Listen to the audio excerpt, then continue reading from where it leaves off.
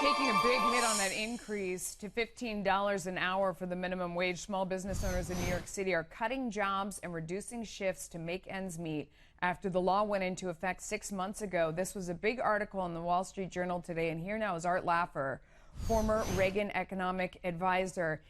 Art, it is so amazing to me. You can easily see what is going to happen as a result of these policies, and those that are pushing them don't want to believe it. And in this case, it happened even faster than you would have thought. The unemployment rate, just some stats for people out there, in New York City, 4.3%. The rest of the state is 4%.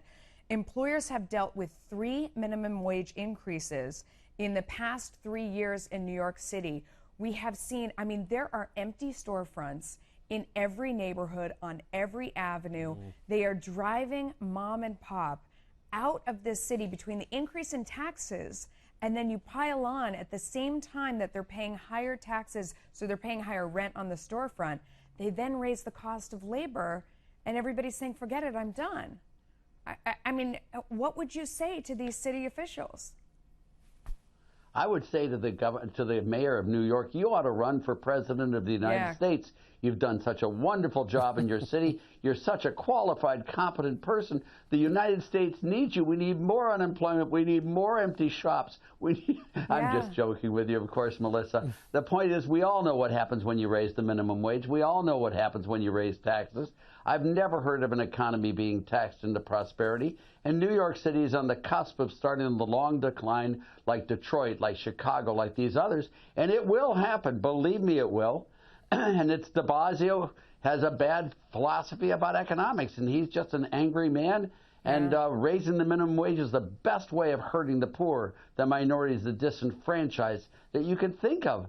I mean, what happens is these people no longer are worth it for their jobs. They go unemployed, or the businesses have to raise prices, or they substitute capital for low-wage workers, or they substitute higher-paid workers for low-wage workers. And it all works to the detriment of the poor and the minorities and the disenfranchised. And that's exactly what's happening in New York, in San Francisco, in Seattle, in these other places. And it's sad, but the story's the same everywhere. No, I mean, it's absolutely heartbreaking. In my neighborhood, you know, there was a butcher that's been in his shop for 35 years. He was so upset between the increase in rent, the increase in taxes, and the increase in minimum wage. He went out of business. 2 blocks away, a restaurant that was packed every night. His landlord raised his rent through the roof because he said, I can't pay the city taxes unless I raise your rent. You must be able to pay me. And the restaurant owner said, I can't. Between that and now I have to pay, you know, everybody inside this new minimum wage, I'm going to have to go out of business. It's been a year now, and his restaurant has turned into a museum to restaurants. No one has replaced any of these places where I talked to the proprietors and they're gone. They have been empty. The windows are broken. It's scary, frankly, because the city is becoming empty. Art, let me ask you about the markets really quickly before we run out of time chatting here. Sure. Rebounding today after the worst trading day of the year. What do you make of what China did today? What do you think they're going to do with their currency?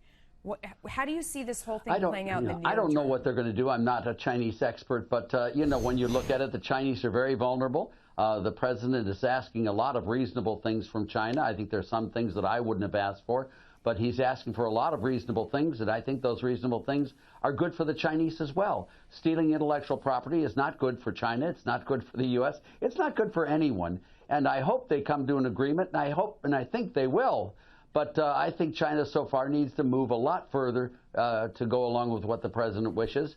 But I sure as heck don't want to see a trade war.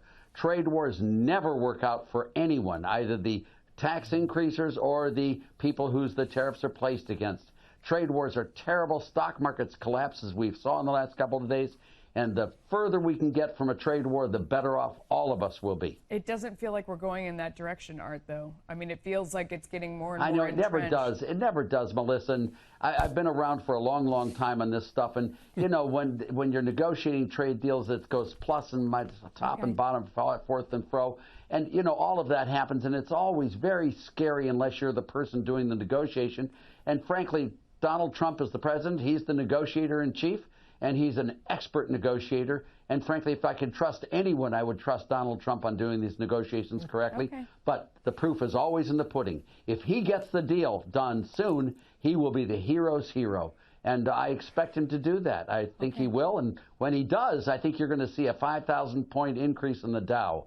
That's what I'm expecting to see. All right, Art. And that will be a wonderful day